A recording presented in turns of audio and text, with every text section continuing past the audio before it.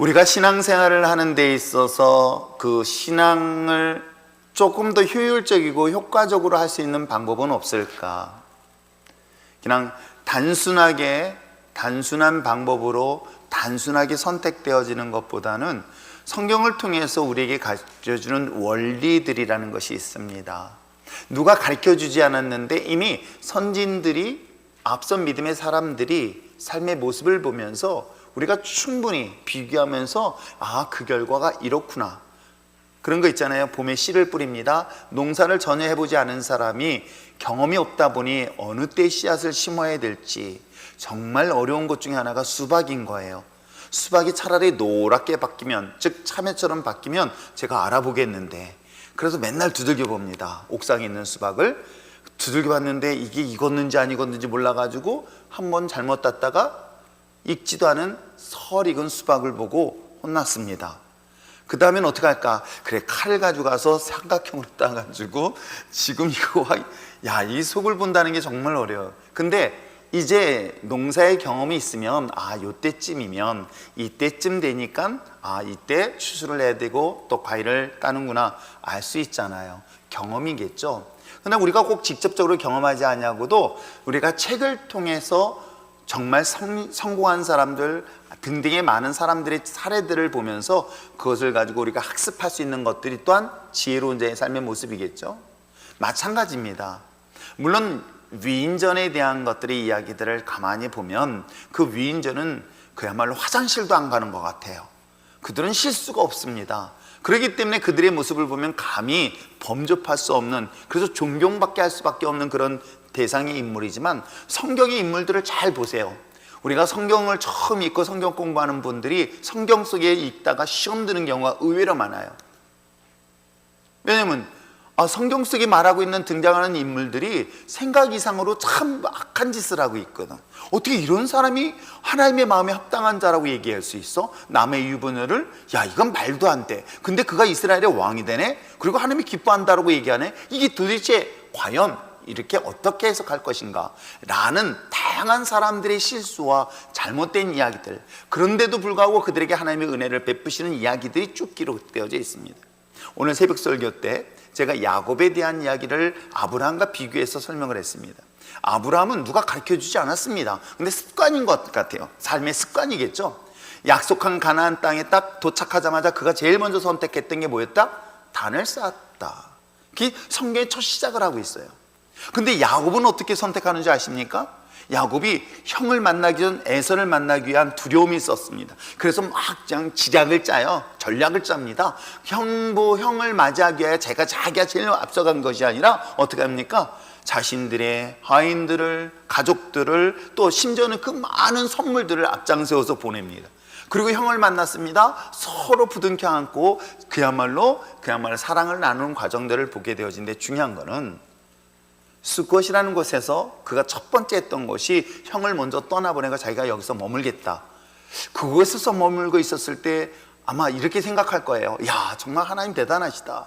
400명의 군사를 데리고 올 때 자기를 공격할 줄 알았더니 형이 순간 눈물을 흘리면서 자기를 극진하게 맞이하고 허그해주고 뽀뽀도 해주면서 정말로 막 자기를 극진하게 맞이해주는 그 장면을 무엇으로, 자신이 형한테 드리려는 모든 선물도 필요 없다고 할 정도로 형의 마음을 녹인 거는 하나님의 뜻이고 하나님의 계획인데도 불구하고 그가 첫 번째 했던 게 뭔지 아십니까? 단을 쌓았더라? 아니에요. 자기의 집을 먼저 준비하고 있는 거예요. 자기 집을 짓고 그 다음에 단을 쌓는 장면, 그 이후에 나와요. 이게 아브라함과 야곱의 차이였던 거예요. 그 야곱은 그 이후에 여러 가지 봉변당한 일들을 경험하지요. 자기 딸, 또 자기가 정말 사랑했던 아내가 먼저 죽고, 또 뿐만 아니라 자기가 가장 사랑하는 아내의 첫 번째 아들이었던 요셉을 그야말로 생지옥 같은 이별의 시간을 갖게 되어주고, 이런 아픔의 시간들을 갖습니다.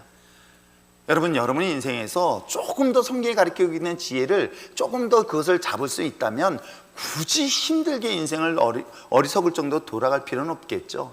저는 그 중에 하나가 기도다. 기도는 하나님의 응답하기 위한 것이에요. 기도는 절대적으로 응답이 목적인 것이지 기도가 다른 것의 목적이 될 수는 없다. 왜냐하면 내 기도는 반드시 하나님은 들어주신다. 나의 기도를 들어주신다. 그래서 주님이 우리에게 뭐라고 얘기하냐면 무엇이든지 원하는 대로 구하라는 거예요. 어떤 것이든지. 이거는 되고 이건 안 되고 아니라 무엇이든지 하나님 내게 구하라. 내가 너에게 응답하겠다고 하는 것이 성경이 그렇게 약속하고 있는 거예요. 그런데 우리가 주의해야 할 것은 뭐예요? 왜 응답이 안 되지? 라고 해서 하나님을 원망하고 하나님이 없는 것처럼 착각하지 말라는 거예요. 그래서 지난 주일날 설교해 드린 것처럼 자신의 맹인이었던 거예요. 그러니까 보지 못했던 거예요. 자신이 보지 못했는데도 누굴 원망한다? 안 보이는 하나님을 없다고 얘기하는 거예요. 이런 어리석은 것은 비단 하나님을 믿지 않는 사람들의 이야기가 아니라 하나님을 믿는 자들의 얘기하고 있는 거예요. 정말 하나님을 믿는다고 하면서 하나님이 보이지 않는 것 때문에 기도에도 응답되지 않은 것 때문에 하나님의 존재를 인정하지 못하거나 하나님이 없다라고 생각할 수 있는 것들이 우리 삶 속에 있다. 그러므로 이 기도의 네 번째 강의를 잘 들으시면서 기도는 반드시 하나님 내 기도는 들어주신다. 제가 미리 말할까 말까 안 해. 혼자서 기도하는 게 있어요. 요즘 사실은 내가 이것으로 딱 정리하려고 했는데 요즘 전부터 제가 마음속에 가지고 있었던 데가 한 군데가 있었어. 거기를 지금 막 꿈꾸면서 우리 집사람한테 드디어 제가 선포를 했어. 그랬더니 우리 집사람이 그걸 기억하고 당신이 아직도 그걸 기억하고 있네? 그걸 꿈을 꾸고 있네? 그래서 꿈꾸고 있어요. 꿈꾸고 있다는 것은 하나님은 막 거기다 그림을 그리고 있어요. 제가 여기다 동산을 그리듯이 막 그림을 그려가고 있어요. 하나님이 어떻게 하실 것만 저는 준비하고 사인만 결제만 내면 바로 이력사할 것이다. 여러분 그렇습니다. 하나님이 귀가 없어서 못 듣는 것이 아닙니다. 우리의 기도는 반드시 들어주신다. 근데 문제는 뭐냐면 자신이 맹인이 상태인 거예요. 자신이 맹인이었기 때문에 주님을 볼 수 없고 들을 수 없다는 거, 기도해도 응답되지 않는다는 것이죠. 그래서 우선순위를 잘 정리해야 되는데 우리가 첫 번째 기도했던 건 뭐예요? 자화상 기도인 거예요. 그러니까 가장 중요한 건 자기를 봐야 돼요. 하나님에 대한 존재를 의심하지 마시고 왜 내게 응답되지 않지? 왜 내가 치료되지 않지? 내게 왜 응답되지 않는 것은 하나님의 문제가 아니라 내 자신의 문제인 거예요. 다 믿음에 대한 문제고 신앙에 대한 문제인 거예요. 이걸 만약에 여러분이 정확하게 인정한다면 내가 하나님 앞에 무릎 꿇는 방법밖에 없다는 것이겠죠. 뭐든지 다 무엇이든지 꿈꾸면 다 이루어진다. 그러나 그 응답을 위해서 여러분들이 먼저 자화상 기도라고 했었죠. 내가 누구인가를 발견해라. 내가 어떤 존재인가를 깨달아라. 하나님과 나와의 관계는 깨어진 관계가 아니라 예수님을 통해서 나는 하나님의 거룩한 백성이라는 이 회복되어지는 자아가 있지 아니한다면 끊임없이 입술로 범죄를 해. 에이 안 돼요. 못해요. 그냥 차라리 그 말을 하지 말든지. 공동체에서 어떤 일을 진행하는 데 있어서 목이 아파서 공동체에서 어떤 일을 추진하는 데 있어서 무엇인가가 딱 브레이크를 걸리면 정말로 차라리 침묵을 하든지. 근데 여러분 그게 성경적이야. 그죠? 가나안 정탐꾼들의 그 안 된다는 그 말이 자신들만 안 되는 게 아니라 온 백성들의 마음을 간담을 서늘하게 만드는 것처럼 조직 전체에게 미친 영향이 의외로 굉장히 큽니다. 그래서 제가 여러분들에게 꼭 부탁합니다. 말은 여러분의 삶을 결정한다. 진짜 여러분의 말은 그래서 입이 살으라고 얘기하는 거예요. 아이고 살겠다. 배불러? 살겠다. 아파? 살겠다. 그러면 살아요. 우리의 언어의 변화는 생각의 변화고 삶의 변화가 되어 있습니다. 그래서 하나님께서 먼저 아브라함에게 말로 선포해 버리는 거예요. 하나님이 일방적으로 선포해 버리잖아요. 내가 너를 하면서 내가 너의 복의 근원이 되겠다고 하나님 말씀해 버리시는 거예요. 그 말씀대로 이루어지는 것을 우리 믿음의 눈으로 바라봤으면 좋겠습니다. 그러기에 앞서서 먼저 자화상 기도, 내가 어떤 존재인가, 그런 것들에 대해서 자기와 하나님의 깨어진 관계가 회복되어야 되는 거, 자기의 기도. 두 번째 보았던 건 뭐예요? 기도의 형태예요. 기도 방법이라고 그러죠. 어떻게 기도할까? 그래, 기도가 짧게 돼가지고 5분 하면 더 이상 머리가 하얘진다? 그럴 때는 제일 좋은 방법, 가장 가까운 사람들부터, 사랑하는 아내, 자녀들, 부모님, 형제들, 이렇게 가족으로부터 시작해서 기도했던 것이, 그게 조금 더 지나면은 자기 옆에 있는 친한 친구들, 그러다 조금 더 마음을 넓게 써가지고 넉넉해지면 담임 목사를 위해서 기도하고. 담임 목사까지 안 가죠. 그 다음에 거기에 지나면은 율전 지역에 옆에 있는 지나가면서 보았던 교회 이름들을, 그러다가 좀 더 지나면 이 나라 이 민족을, 그러다가 우리가 선교지가 썼던 선교 지역을, 이게 기도를 점점 넓혀가는 기도 형태의 파장형 기도.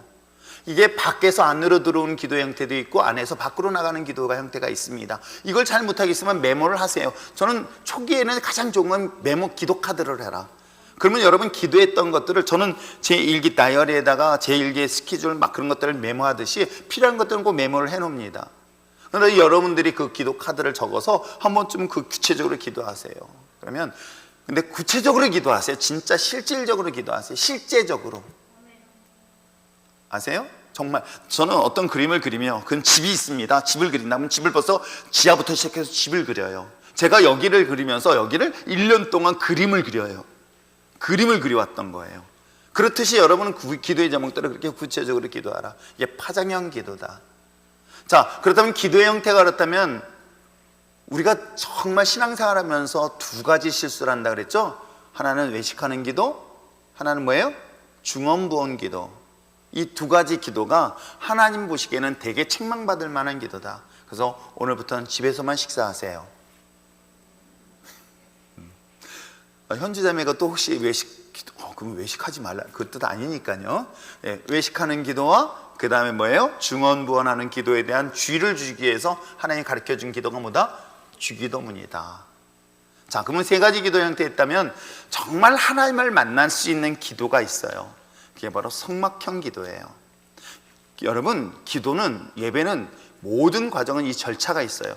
절차가 무시되지 않아요. 저는 이걸 보면서 질서의 하나님이라는 것을 성경의 원리를 통해서 찾아간다면 대개 이것만 발견해도요, 여러분 인생에서 실패하는 게 신기한 거예요. 그냥 원리가 있습니다. 그 원리만 잘 잡으면 되는 거예요. 제가 요즘은 이 노예 일을 하면서 막 치다 보면, 오늘도 좀 전에 규정을 이만큼 했거든요. 해서 막 했는데 뭘 만졌는지 없어졌어. 또 뭘 만졌어요. 뭘 만졌으니까 없어졌겠죠. 그래가지고 뭐니 또 지난 거야. 그거 치느라고 고생 되게 했는데, 이 원리를 내가 모르잖아요. 이쪽은 기계는 사실 제가 손으로 쓰는 스타일이라 모른단 말이에요. 근데 원리를 알면은, 저한테 와가지고 건강도사 와서 얼마나 잘난 척하고, 이런 것도 몰라, 이런 식으로 나한테 얘기를 하는 거예요.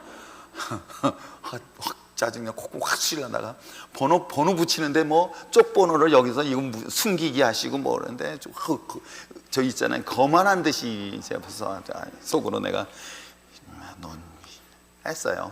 네. 원리라는 걸 발견하면 쉽다고 하면서 자기가 뭐라 하냐면, 그 뭐 자격증 시험 볼 때 이게 기본이에요 그러더라고요. 그래, 나 자격증 안 땄다 라는 속으로 그랬죠. 여러분, 마찬가지입니다. 신앙의 원리는 인생의 원리하고 똑같아요. 삶의 원리를 성경에서 찾으면요, 이게 진리가 되기 때문에 인생은 성공할 수 있고 행복할 수 있다.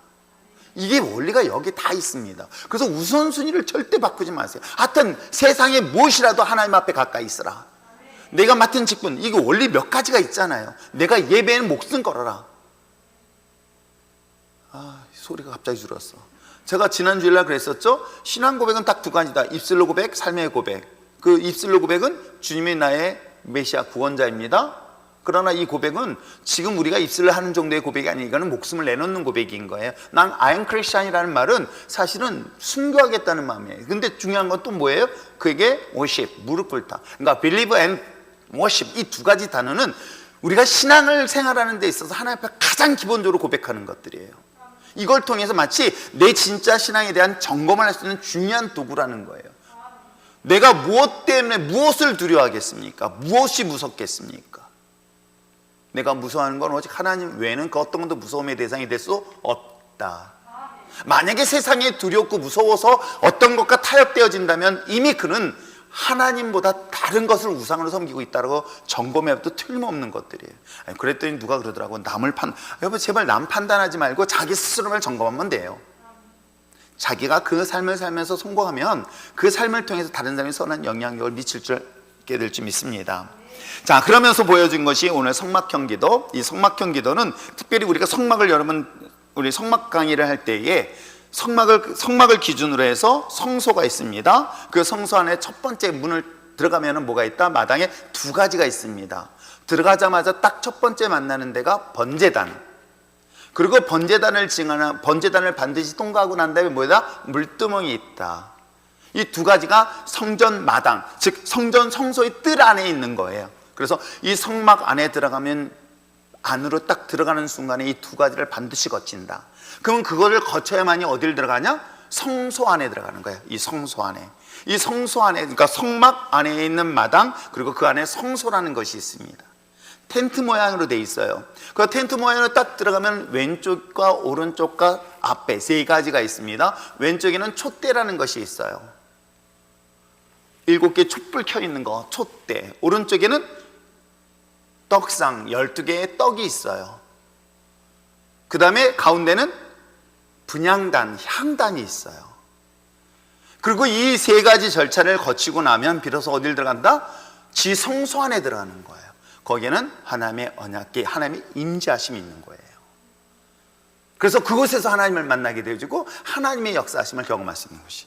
그러니까 우리 신앙이 이방인의 뜰, 즉 성소 밖에 있을 것인가, 아니면 이 안에 들어가서 이 성막 안의 마당에 있을 것인가. 그리고 더 중요한 것은 우리의 신앙이 좀 더 들어가 성소 안에서의 삶, 그 다음에 지성소 안의 삶. 이것은 우리들의 신앙생활 속에서 똑같이 이루어지고 있고요. 예배 예전에도 이게 포함되어져야 되는 거예요. 이 절차는 반드시 필요한 것입니다. 모든 예배든 기도든 이 형태는 반드시 통과해야 될 과정들이, 우리 신앙이 만약에 도적처럼, 그래서 도적이 담을 넘어가는 과정처럼 들어간다면 이거는 하나님께서 받으시지 않으세요. 아세요? 그래서 반드시 이 순서와 절차를 성경이 왜 구약시대 때 이 사실들을 우리에게 알려준 이유는 오실 메시아에 대한 이야기를 지금 이 안에서 그대로 보여주고 있기 때문에 그런 것이에요. 그래서 자, 그런 관점에서 성막을 이야기했습니다. 한번 볼까요?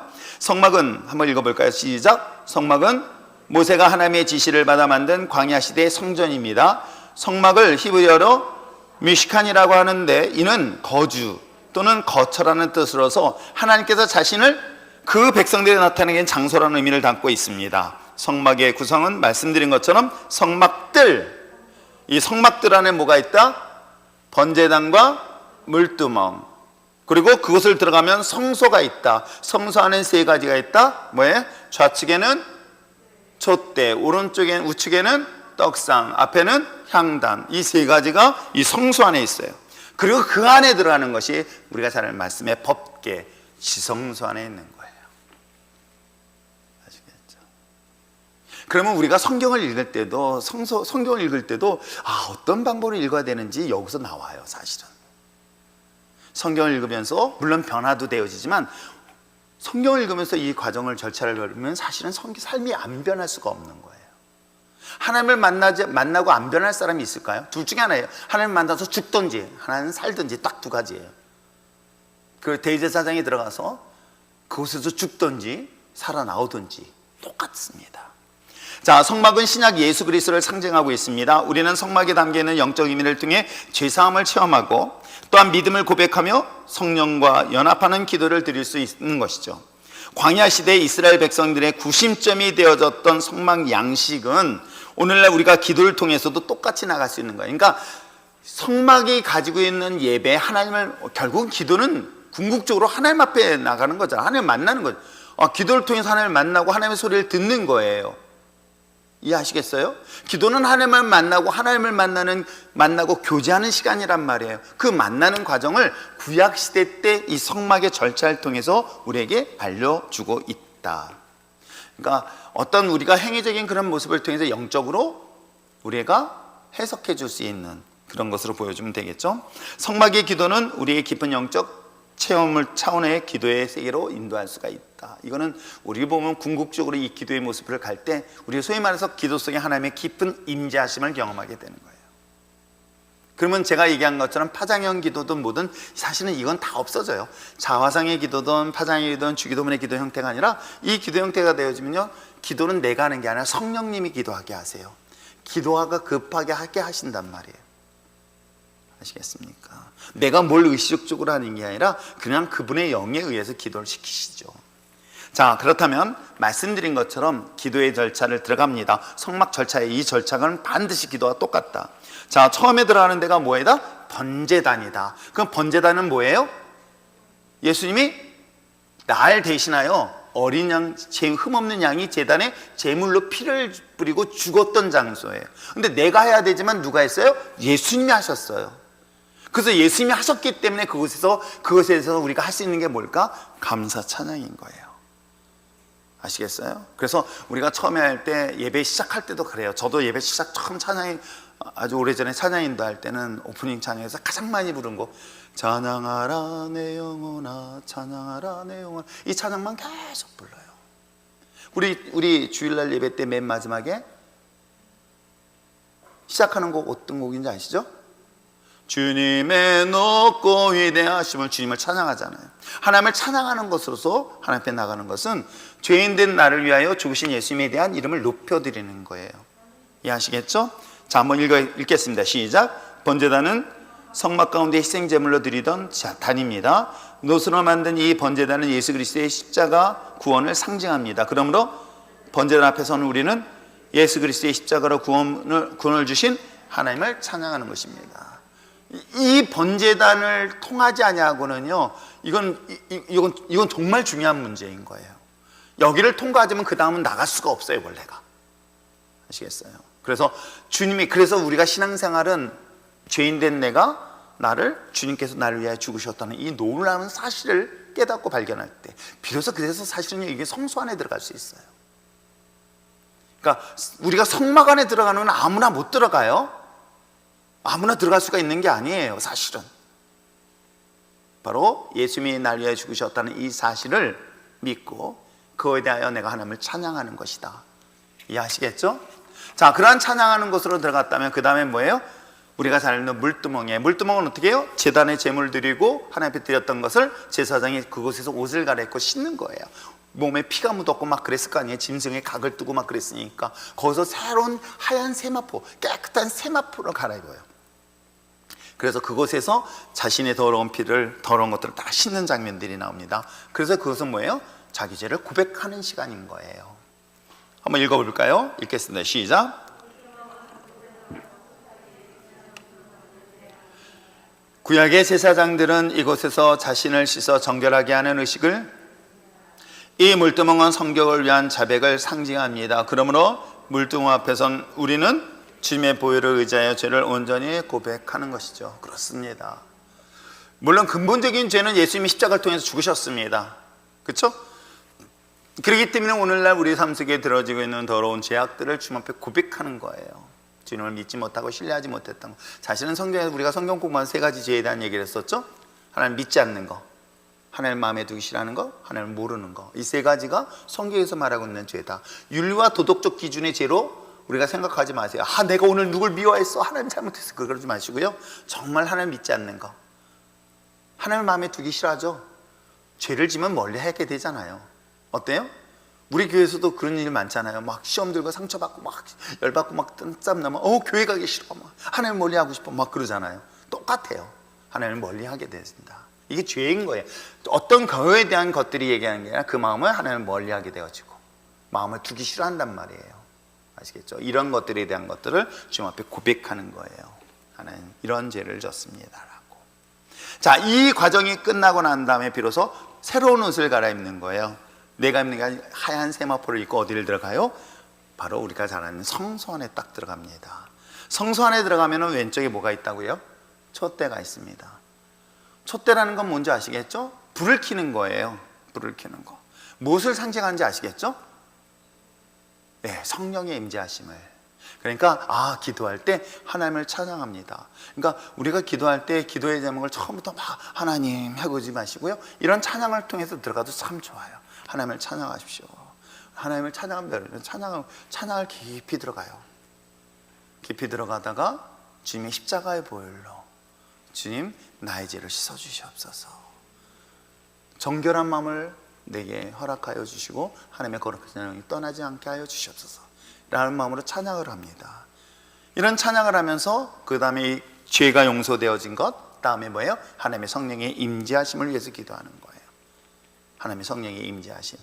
이 순간부터는 내가 나를 다스린 것이 아니라 하나님이 나의 영을 나를 다스려 주세요. 그게 바로 우리가 얘기하고 있는 촛대에서 일어나는 거예요. 그것을 간구. 한번 읽어볼까요? 시작. 등대는 성서 좌측의 일곱 가지로 된 황금 촛대입니다. 이 등대는 예수 그리스도의 성령을 상징합니다. 성령은 여호와의 신, 즉 지혜의 영, 총명의 영, 모략의 영, 재능의 영, 여호와를 아는 지식의 영, 여호와를 경외하는 영이십니다. 그러므로 등대 앞에서는 우리는 성령의 도우심을 끊임없이 간구하는 것이겠죠.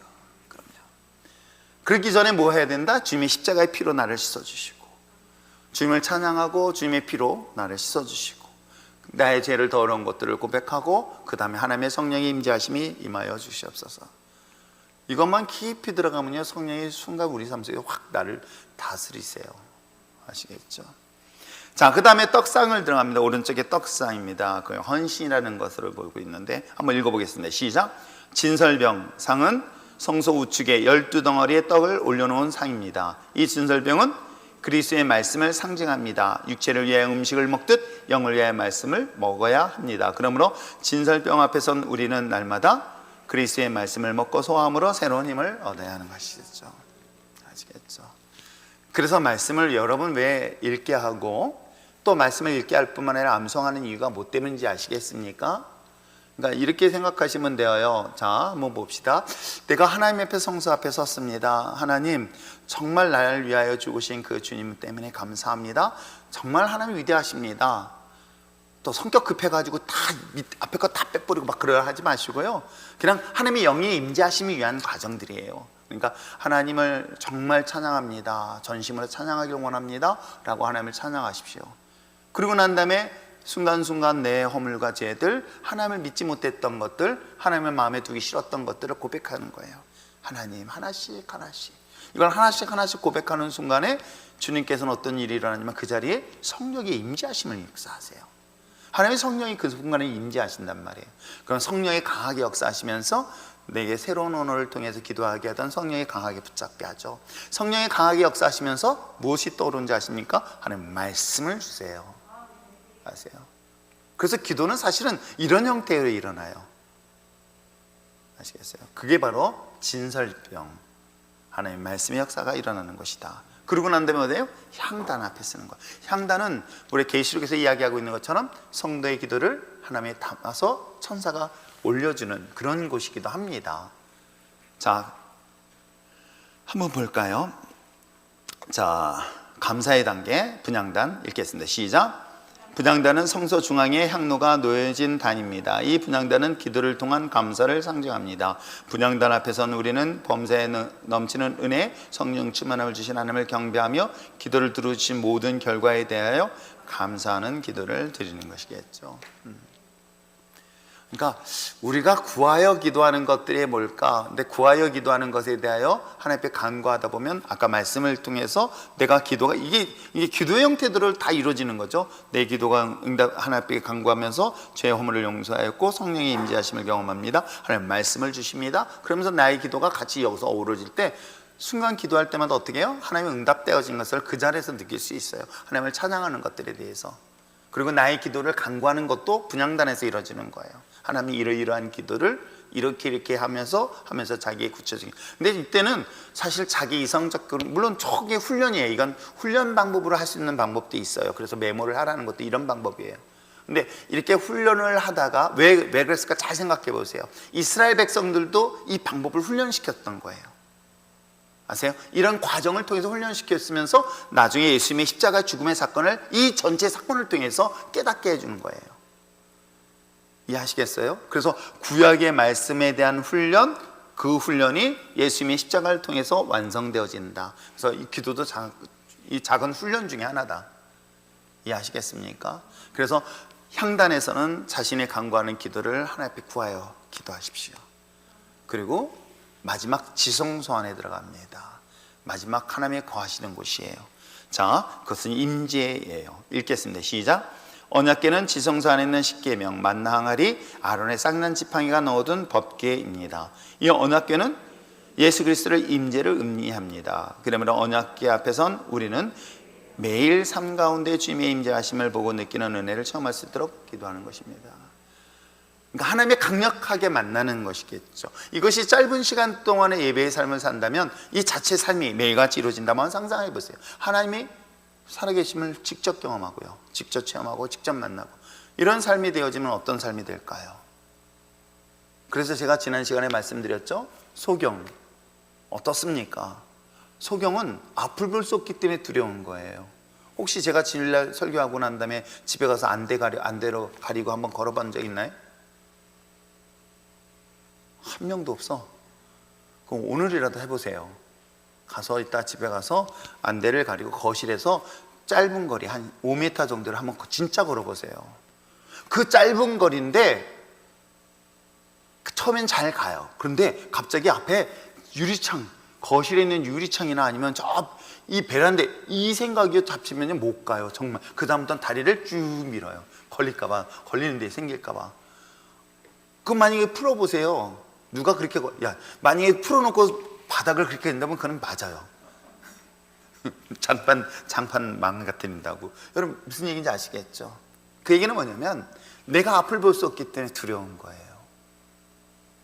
아세요? 내가 앞을 볼 수 없기 때문에 두려워서 나는 염려를 하게 되는 거죠. 어떤 상태였다? 맹인의 상태였기 때문에 그런 거예요. 근데 정작 자기가 맹인인지 몰라. 그냥 간단한 거예요. 내가 내 주어진 삶에 대한 두려움이 있느냐 없느냐 그것만 해도 알아요. 물론 철없는 사람은 두려움도 몰라요. 그래서 차라리 철없는 게 나아요. 그래서 해맑다는 소리가 전 개인적으로 참 좋아요. 우리 집사는 맨날 철없다고 하는 소리를 해맑다고 하는데 뭐 해맑으니까 전 편하게 살아요. 하나님이 여러분과 함께 하신다면 진짜로 두려움은 없어지게 되어 있죠. 이 임재하심의 상태인 거예요. 자, 한번 말씀 전체적으로 정리를 해봅시다. 내가 하나님 앞에 기도하는 방법들이에요. 하나님을 찬양하십시오. 그것이 왜 찬양을 하는 것인가? 주님 날 위하여 죽으심에 대한 감사의 찬양을 하는 거예요. 그 하나님의 이름은 위대하시다. 그분만의 이름이 가장 위대하시다. 그래서 쉬운 찬양들 중에서 정말로 할 수 있는 곡들을 찾아서 이렇게 찬양하는 것도 참 좋아요. 그러고 난 다음에 뭐예요? 그 찬양하는 그 위대한 주님 앞에서 하나님 나의 이런 허물들, 오늘 내가 영미자매가 좀 미웠어요, 아까 잔소리했어요 하면서 미워하는 마음들, 이런 마음들을 하나님 앞에 고백하세요. 고백하시면 성령님께서 그 자리에 우리를 부어주세요. 그게 어디예요? 바로 촛대예요. 그곳에서 성령의 임재하심을 경험하면서 하나님께서 나에게 말씀을 주시고요. 그 말씀을 통해서 나의 기도를 구하게 되는 거죠. 그렇잖아요. 내가 정말 이것 때문에 걱정하는데 하나님께서 훅 주시는 거야. 야, 염려하지 마. 내가 너와 함께 하지 않니? 두려워하지 마. 내가 널 치료할 거야. 그 말씀을 하나님 내게 훅 주신단 말이에요. 그럼 그걸 대해서 하나님께 그 말씀을 받은 내가 기도하게 되죠. 향단을 통해서. 그럼 그것을 통해서 더 기도의 깊은 곳으로 들어가요. 누구를? 하나님 만나는 임재하심을 경험할 수 있는 단계.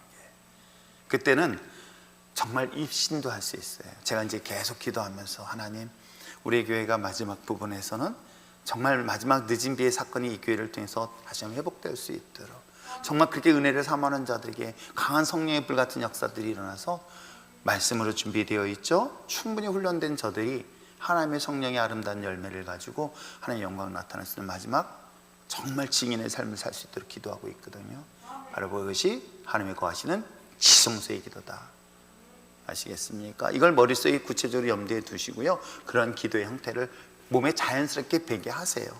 이걸 자연스럽게 하다 보면요, 이게 굉장히 처음에는 이게 잘 안 될 때 굉장히 오랜 시간 동안 걸리는데요, 의외로요, 이게 잘 훈련되어지면요 바로 훅훅훅 들어가요. 그래서 하나님의 임재하심이 쉽게 들어가는 경우가 많아요. 하나님의 금방 그 삶 속에서, 그냥 기도 속에서 바로 응답되어지거나 하나님의 역사하심을 통해서 위로를 하거나 확신을 주는 경우가 종종 많이 있거든요. 그러면 내가 뭘 기도하는 것에 대해서 그렇게까지 하지 않아도, 내가 구하지 않아도 하나님 아실까 모를까? 여러분 생각해 보세요. 여러분 자녀들이 필요한 거 알까 모를까? 물론 모를 수도 있어요, 말하지 않으면.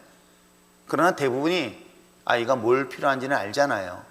알 수 있단 말이에요. 아, 이 아이가 뭘 좋아한다, 뭘 주면 좋아한다 라는 걸 알 수 있어요. 물론 저는 우리 손자 손녀는 잘 모르겠지만, 그런데 하나님은 분명히 다 아신단 말이에요.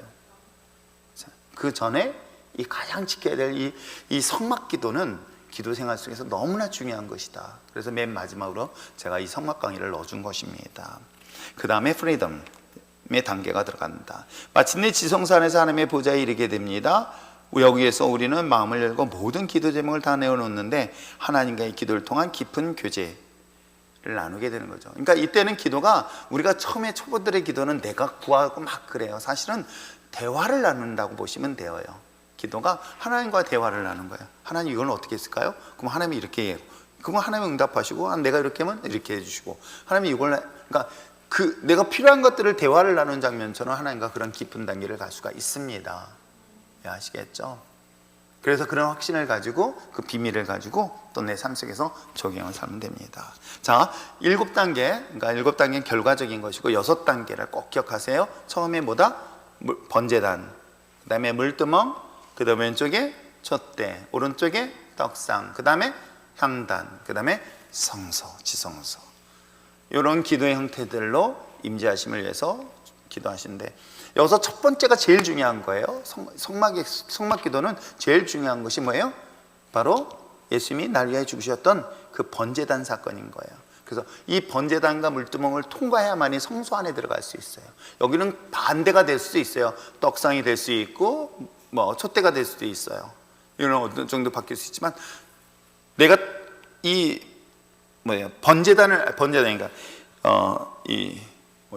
물두멍을 지나는 그 순간부터는 성령이 이미 그때부터 임재하시기 때문에, 이때는 같이 혼재돼서 순서대로 안 되라 그냥 하나로 다 연결돼서 기도를 할 수 있게 될 것입니다.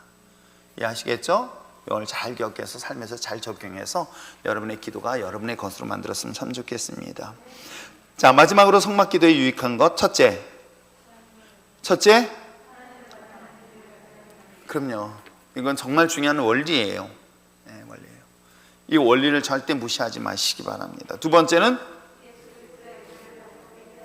그렇죠. 예수 그리스도의 은혜를 더 깊이 깨닫게 됩니다. 제가 이제 그 구원에 대한 문제, 어떻게 하면 예수님을 믿고 구원을 받을 수 있을까? 그 원리들이 있는 것처럼, 물론 하나님의 은혜예요. 하나님의 은혜인데도 그 은혜 속에 보여지는 그 원리들이 있거든요. 똑같아요. 하나님이 기도하는데도 그 원리가 있어요. 그럼 어떤 사람은 그렇게 쉽게 하는데 어떤 사람, 이거 똑같은 거예요. 우리가 무엇을 할 때 참 요령 있게 잘하는 사람이 있는가 하면, 정말 요령 없게 하는 사람들도 있잖아요. 그게 지혜라고 합니다. 하나님 주신 요령이 아니라 지혜예요.